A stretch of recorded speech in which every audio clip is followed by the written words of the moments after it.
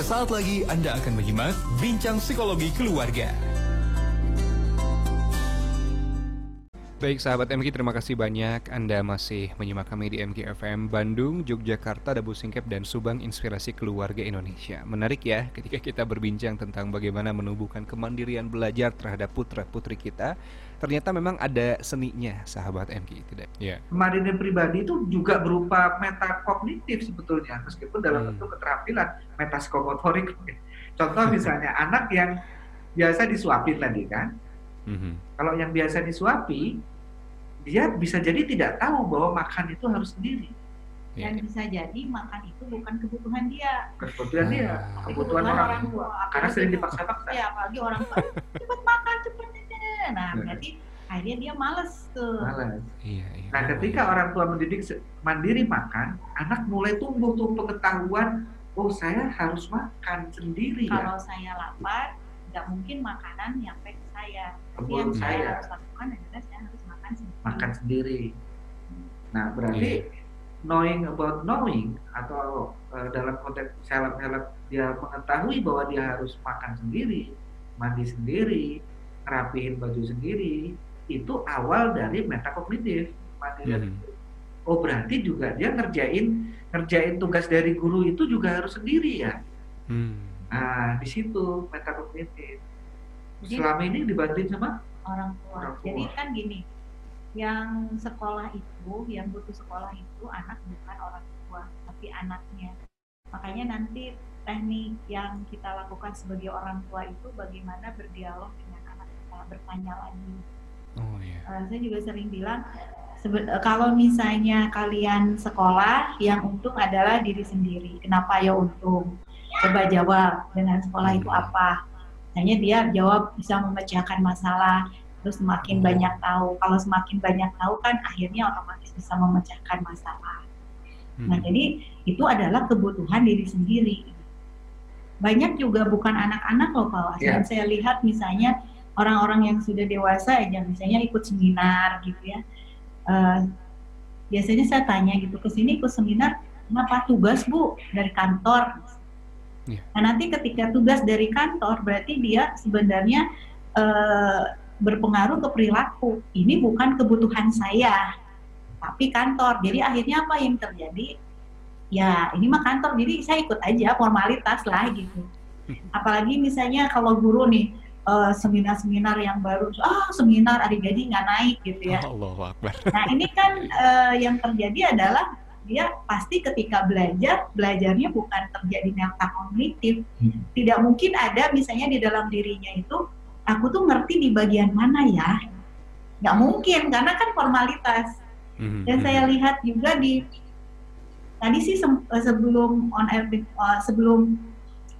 pagi ya sama Pak Wasmi itu berdiskusi, apakah emang culture budaya juga mempengaruhi budaya formalitas gitu ya? Iya. Misalnya aturan misalnya kalau nggak pakai masker keluar denda 100.000.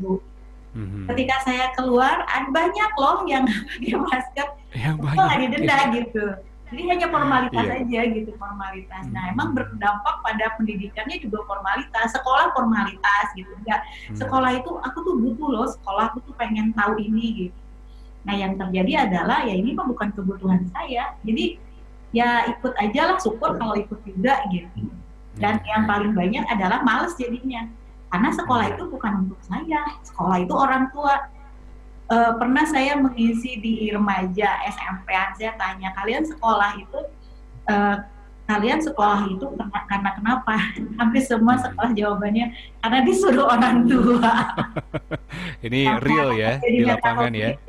Iya, jadi akhirnya yang terjadi ya formalitas aja lah, pergi ke sekolah ya untuk nilai lah, misalnya kalau besar ya syukur, dia juga nggak apa-apa. Jadi nggak ada greget gitu. Nggak terjadi nanti metakognitifnya. Beda dengan misalnya dia sekolah itu karena keinginan sekali, orang daerah yang nggak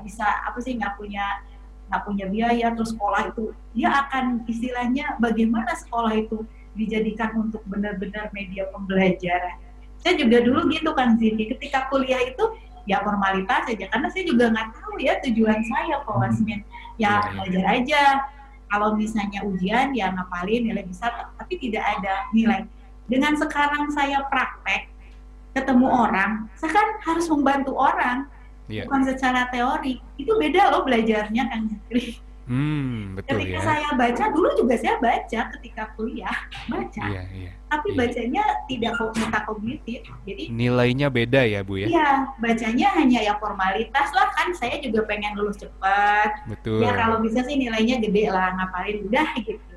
Nah kalau sekarang kan bener-bener tuh nyata. Saya kalau misalnya ada klien terus klien bla bla bla gini kan saya harus bener-bener bisa memberikan insight untuk pemecahan masalah, bukan secara teoritis gitu. Kalau teoritis kan mereka juga bisa baca.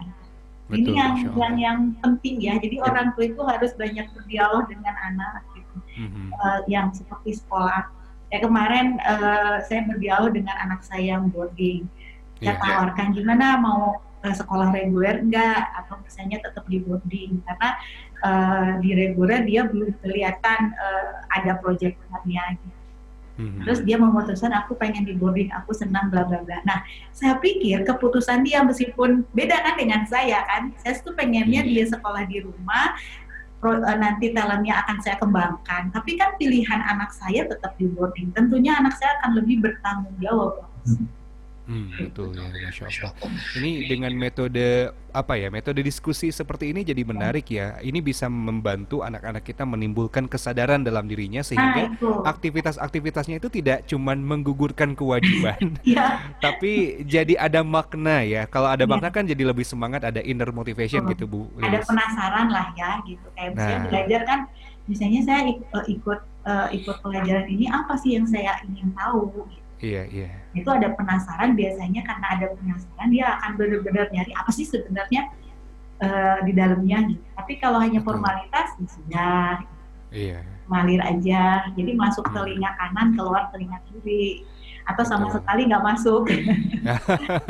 Tapi memang tantangannya Bu Lilis, Pak Wasmin ketika berdialog dengan anak itu kadang-kadang suka nggak sabar, jadinya pengen udah pokoknya kayak gini aja di diskusi tuh, jadi aduh kapan ini tuh sadarnya gitu ya, udah langsung aja direct gitu. Ini mungkin ada trik nggak Pak Wasmin, Bu Lilis, agar diskusi ini bisa berjalan dengan menarik sehingga anak juga terstimulus nih untuk memunculkan pemikiran-pemikirannya? Iya, karena orang tua juga punya ekspektasi seperti kasus saya tadi. Saya kan ekspektasinya anak saya, coba saya legitkan dengan saya banyak melejitkan anak-anak yang lain untuk belajar jalan. Kenapa enggak anak saya gitu. Betul. Tapi tetap kita juga harus tadi ke arah, sebenarnya ketika mengajarkan metakognitif, anak jadi motivasinya internal, motivasi dalam diri. Jadi ketika misalnya tadi ada ekspektasi, mungkin diturunkan dulu. Kemarin Pak Wasmi kita turunkan ekspektasinya. Dan tentunya pilihan itu ada di anak. Yang penting adalah dia bertanggung jawab atas semua perilaku yang dia lakukan. Kan kita sudah kasih tahu nih, ini.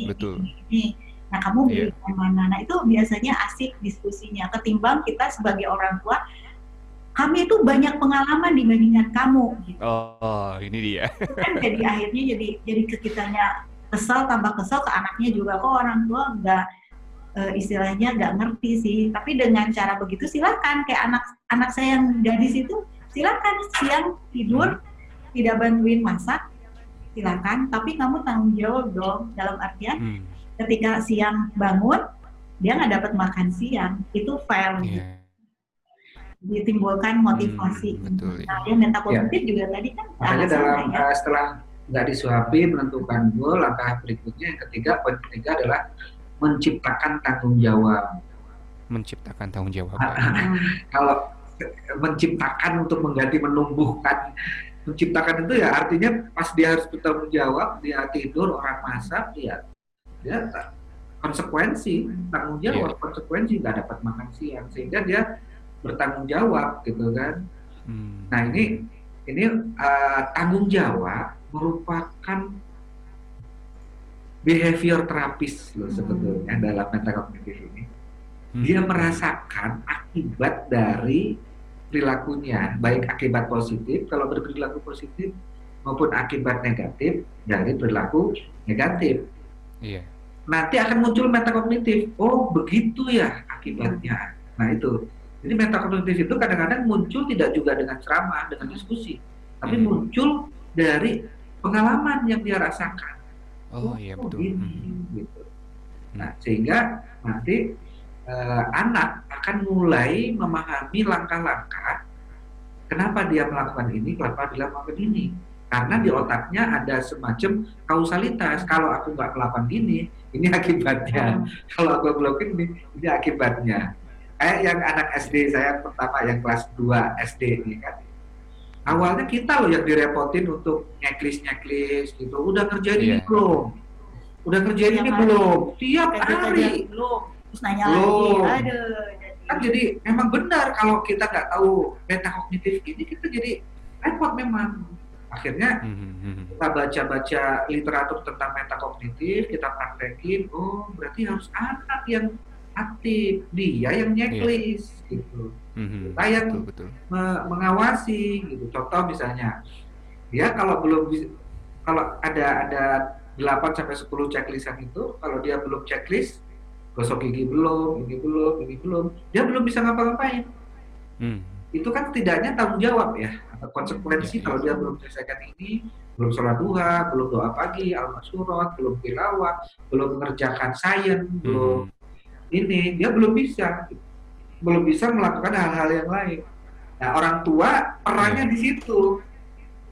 Nah, mengenai nanti pas misalnya saya nggak ngerti, jangan orang tua yang jelasin itu, tapi anak bagaimana ini gimana ya, kalau aku nanya ke Google aja gitu, cara browsingnya gimana, kalau dia nggak bisa langsung aja SMS Bu Guru, WA Bu Guru, coba tulis ketik, kalau nggak bisa ngetik pakai itu loh, di WA itu kan pakai di speaker, dikatasin terus dia ngomong, Bu, voice note ya, maksudnya halaman ini, nah, nanti gurunya kan balas gitu. Betul. Nah, ini orang tua sedang memfasilitasi kemandirian dalam belajar. Dari usia dini anak SD bisa ternyata. Tadinya kami juga kan ragu ya, bisa gitu mandiri belajar dari SD, ya bisa gitu. Kalau konsep-konsep di awalnya tadi ya, belajar dari rumah, belajar di rumah, orang tua sudah nyiapin gadget. Tadi kata Willis pagi-pagi udah bangunin, nah kan nggak mungkin guru datang ke rumah kan. Jadi orang tua siapin dulu banguninnya, mentalitinya, udah siap sarapan. Bahkan beberapa sekolah mewajibkan anaknya pakai seragam biar meskipun di rumah, namun suasana itu boleh. Jadi itu orang tua, sampai seragam itu orang tua. Kemudian ngebuka gadget, ngebuka laptop, itu anak sudah mulai dikasih passwordnya, akses login ke Google Class-nya. Itu sudah harus anak sendiri. SD tuh bisa. Main game aja pinter kok anak mereka itu main game aja pinter. Iya. Nah, udah digital native ya. Iya, betul. Nah, ini untuk orang tua. Nah, untuk guru. Untuk guru nih ya. Coba kita sebagai guru, kalau yang pesimis, apakah pembelajaran ini dia bisa mandiri nggak ya di kelas? Ini kerangka idealnya untuk guru ya. Jangankan anak SD, anak TK aja dikasih gadget, ngebuka aplikasi game, dia bisa main itu. Padahal dia nggak ngerti bahasa Inggris. Kenapa? Ternyata setelah saya selidiki, di game itu ada ikon-ikon, ada arahan-arahan ke arah ini, level yang sudah diselesaikan bentuknya buram, nggak bisa dipencet lagi. Level yang belum diselesaikan nyala berwarna. Akhirnya dia klik, dia tanpa diajari loh, mandiri dia belajar main game itu.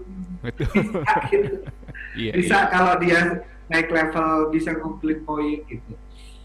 Nah, untuk guru-guru yang merancang pembelajaran, gamifikasi ini bisa menjadi ide dalam membuat pembelajaran. Dibuat fun ya, buat anak-anak happy gitu. Kayak misalnya kalau saya di Anak Langit di prasekolah itu dengan jarak jauh disisipin craftnya sederhana, bahannya sudah kita kasih dari sekolah ya, bahan sederhana, terus anak langsung nempel dan sebagainya, itu antusias sekali biasanya. Jadi ketika laptop dibuka langsung, Bu yang ini dulu, sebelum bilang iya nanti itu terakhir ya, sekarang kita belajar dulu misalnya mengenal huruf. Jadi dibuat senang gitu seperti game tadi gitu. Emang kalau gurunya ngajarin cuman ngelihat ya coba lihat di buku halaman sekian ya gitu kan, anaknya juga bosen banget mendingan baca di Google deh gitu daripada gitu. Tapi kalau gurunya ada ide-ide yang lain gitu, ide-ide yang kreatif, malah anaknya juga akhirnya menunggu-nunggu sekolah gitu. Jadi ketika libur kapan sih kok nggak sekolah gitu. Sana ide gitu. Dan anak-anak juga dibiasakan harus kalau misalnya mencatat ide atau mencari-cari ide. Yang kemarin anak saya yang di boarding, yang di SMA, dia kan nggak bisa kemana-mana karena ternyata si daerah itu asalnya zona hijau, sekarang zona merah. Jadi anak-anaknya tidak boleh ditengok dan anak-anaknya tidak boleh pulang karena khawatir gitu ya. Nah dia telepon, Bun, aku sudah punya ide untuk, kan dia kalau uang jajannya nggak kita kasih. Kalau uang makan, uang sekolah pasti, uang jajan enggak gitu, udah kesepakatan. Aku punya ide, Bun, untuk uang jajan. Kan di sekolah aku tuh tiap hari ulangan. Jadi emang sekolahnya terkenal tiap hari itu ulangan terus gitu ya, untuk melatih. Jadi sehari itu pasti ulangan itu minimal 4 mata pelajaran. Masya Allah. Dan aku ketemu dari nilai-nilai itu, aku udah kumpulin banyak, nanti pas liburan aku akan nilai, kemudian uangnya didepositkan, nanti tiap bulan biasanya dipotong kan, biasanya dia ditransfer 500 dari rekeningnya gitu ya. Nah itu, jadi dia ada ide gitu, dan ternyata ide itu dia jadi akhirnya belajarnya sungguh-sungguh, karena kan kalau misalnya nilai 9, 10 ribu misalnya, nilai 8 hanya 5.000, nilai di bawah enggak gitu. Jadi akhirnya dia sungguh-sungguh. Nah ide-ide ini yang akhirnya oh iya bisa gitu. Selain aku pastilah lomba, katanya dari lomba, dari ulangan, kemudian dari eskul. Jadi misalnya dia lagi hafal kitab, kemudian sama gurunya di ini dapat gitu. Alhamdulillah kemarin baru sebulan aja dia sudah dapat berapa? Sudah dapat di atas 500.000 jadi itu belum dari nilai-nilai loh gitu. Nah itu ide-ide, jadi harus coba ide kamu gimana gitu. Saya juga kalau mentok biasanya ke anak-anak, coba dong kasih ide masak hari ini apa. Terus anak saya bilang, tolong dong Bun, aku udah rindu ayam selimut telur. Oke, siap gitu. Nah ide-idenya biasanya suami saya catat, masakan itu catat gitu. Betul. Ini membuat ulangan menjadi menyenangkan ya, karena dapat sesuatu nih dari ulangan, apalagi ulangannya banyak, Bu. Iya, tiap hari, dan dia tuh senang gitu. Iya. Teman sebelahnya yang ngeluh, tiap hari ulangan, apa sih, Bu? Pusing banget beban gitu ya. Beban gitu. Anak saya malah, seneng lagi aku mau banyak ulangan, apalagi nilainya aku gede, dapat duit.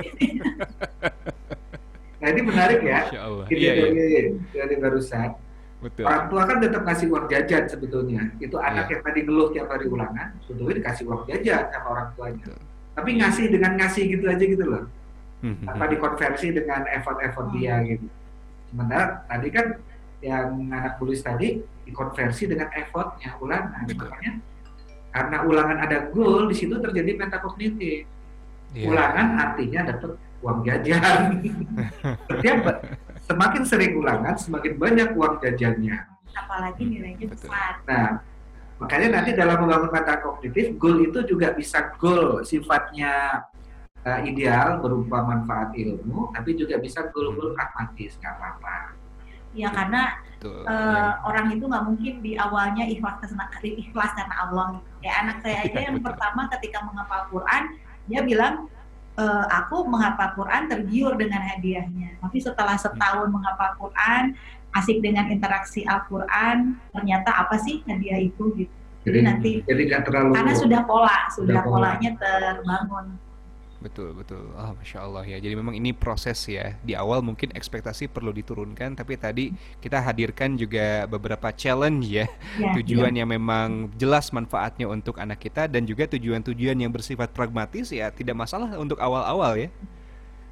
Ya betul, nggak masalah. Apalagi anak-anak kecil, anak SD itu pola pikirnya masih pra-operasional gitu ya, masih butuh konkret gitu. Tadi malam juga sampai mau jam 9, anak saya masih di depan laptop yang SD kelas 2. Wah, kenapa Paling tuh? Karena Pancasila. ngapalin Pancasila dalam bahasa Inggris. Oh, Karena dia sebenarnya ada ya sekarang ya? bukan pengen hafalnya, Bukan tapi pengen- ngejar duitnya. Oh, Bukan karena pengen jadi nasionalis sejati gitu, ngapalin Pancasila. Namanya anak SD kelas 2 ngapalin Pancasila, pengen jadi Iya, nasionalis gitu. Enggak. Ya masih ada pragmatisnya, karena kalau dia bisa menghafal, dia lagi pengen sesuatu, udah ditaruh di keranjang di online shoppingnya. betul. Sesuatunya udah taruh di keranjang, tapi belum bisa dibayar kalau belum ditukar. Gitu. Betul. Namun setidaknya dengan pola seperti ini kita jadi menyadari ya, jika kita menginginkan sesuatu, ya usaha dong gitu ya. Nah, itu nilainya. Betul. Alhamdulillah. Ini menarik nih dan bisa diterapkan di keluarga kita masing-masing. Baru 3 poin nih terakhir tentang menumbuhkan tanggung jawab. Nanti kita akan lanjutkan insya Allah selepas jeda. Dan Anda pun sahabat MQ yang ingin bergabung bersama dengan kami. Lepas ini kami akan kembali menyapa Anda.